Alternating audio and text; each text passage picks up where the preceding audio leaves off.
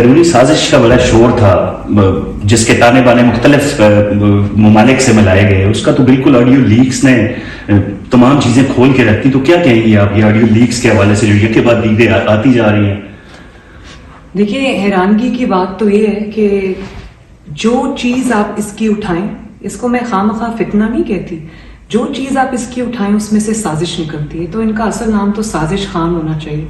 اور آپ یہ بتائیں کہ آج جو لیکس آئی ہے اس میں لوگوں کو وہ کیا کہتا رہا؟ لوگوں کو کہتا رہا کہ ہارس ٹریڈنگ کرنے والے برے ہیں، اور لوگوں پہ جھوٹے ہارس ٹریڈنگ کے الزام لگاتا رہا، اور بند کمروں کے پیچھے وہ ارکان کی، اپنے ممبرز کی خرید و فروخت کی منڈیاں لگا کے بیٹھا رہا، اور لوگوں کو کہتا تھا کہ یہ شرک ہے، جو یہ کرتا ہے وہ شرک کرتا ہے.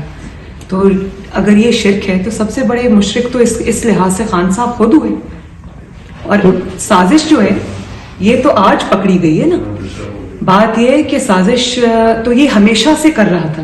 کس کو پتا ہے؟ پتا نہیں ہے کہ 2011 میں اس کو کس نے لانچ کیا، نواز شریف صاحب کے خلاف.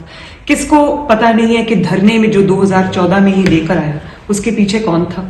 کس کو یہ پتا نہیں ہے کہ جب 2018 کا الیکشن تھا اس میں کیونکہ نواز شریف سے جیتنا مشکل تھا، نواز شریف کو مسلم لیگ نون کو ہرانا مشکل تھا، تو کس کو یاد نہیں ہے کہ کس طرح سے چن چن کے نواز شریف کے جو الیکٹیبلز تھے، جو ان کے وننگ ہارسز تھے، جو ان کے کیونکہ ظاہر نواز شریف صاحب کی مقبولیت اس وقت اتنی زیادہ تھی کہ الیکشن جیتنا، ان کو پتا تھا کہ نواز شریف صاحب کے ساتھ اگر فاؤل پلے نہ کیا گیا تو الیکشن جیت جائیں گے.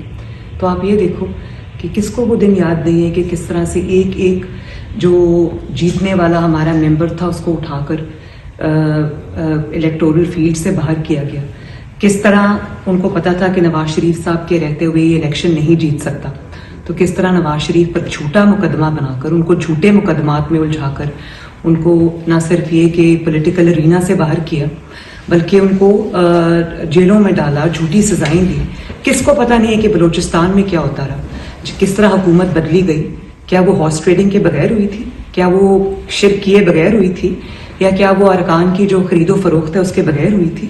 اس کے بعد جب سینٹ کا الیکشن تھا، بزنجو صاحب ہمارے کینڈیڈیٹ تھے، تو جو اپوزیشن تھی اس کے اراکین کی تعداد پوری دنیا کے سامنے حکومتی اراکین سے کہیں زیادہ تھی. اور آپ نے سینٹ الیکشن کا رزلٹ دیکھا کہ یہ سازش کر کے جیت گیا. پوری دنیا نے دیکھا کہ کس طرح وہ مائکس لگائے گئے، چھپا کے کیمراز لگائے گئے، اور کس طرح سے وہ اٹھا کے اراکین کو کنٹینرز میں بند کیا گیا، ان کو فون کرائے گئے. تو کر تو وہ یہ ہمیشہ سے رہا تھا. بات صرف یہ تھی کہ یہ پہلی بار اس کی سازش ناکام ہوئی ہے. اور اس کی وجہ یہ ہے کہ اب نہ ہاتھ ہیں، نہ آنکھیں ہیں، نہ کان ہیں، اور بیساکھیاں نہیں ہیں. تو سنتے ہیں اور روز دعویٰ کرتا ہے کہ میں پاپولر ہوں، میں یہ ہوں. آپ صرف یہ دیکھ لیں کہ بیساکھیاں ہٹی ہیں تو کس طرح زمین پہ منہ کے بل آ کے گرا. میڈم اس میں اور ایک اور بات یہ کہ جیسے یہ کامیاب ہوتا ہے سازشوں میں، یہ پہلی بار اس کی سازش ناکام ہوئی ہے. اسی طرح یہ پکڑا بھی پہلی بار گیا ہے. کرتا یہ ہمیشہ سے یہی رہا ہے، فاؤل پلے کرتا رہا، آج پکڑا پہلی بار گیا ہے. تو اللہ تعالیٰ کی لاٹھی بے آواز ہوتی ہے، ہمیشہ سے اس طرح سے سازشیں کامیاب نہیں ہوتی. اب پوری دنیا ان کا یہ سیاہ چہرہ دیکھ رہی ہے. میڈم آڈیو لیکس یہ دوسروں کے بارے میں جو کہتا رہا، لیکن جو آڈیو لیکس آئی ہیں اس میں اداروں کو بھی اس نے نشانہ بنایا اور ثابت ہو رہا ہے. اس میں آپ کیا کہنا چاہیں گی؟ اور یہ خاص طور پہ سب سے زیادہ عمران خان آپ پہ ہی تنقید بھی کرتے ہیں.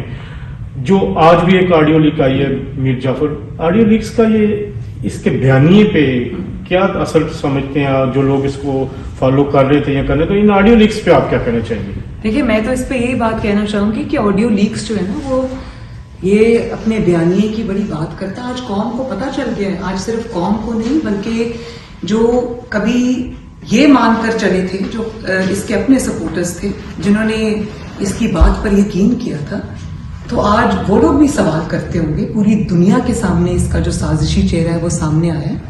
بات صرف یہ نہیں ہے کہ آڈیو لیکس آئی. آپ دیکھیں آڈیو لیکس میں آڈیو لیکس نے اس کے بیانیے کا تیا پانچا کر دی، کیونکہ وہ ہر چیز جو اس نے بیانیے میں کبھی کہی تھی وہ سب جھوٹ تھی، وہ سب سازش تھی.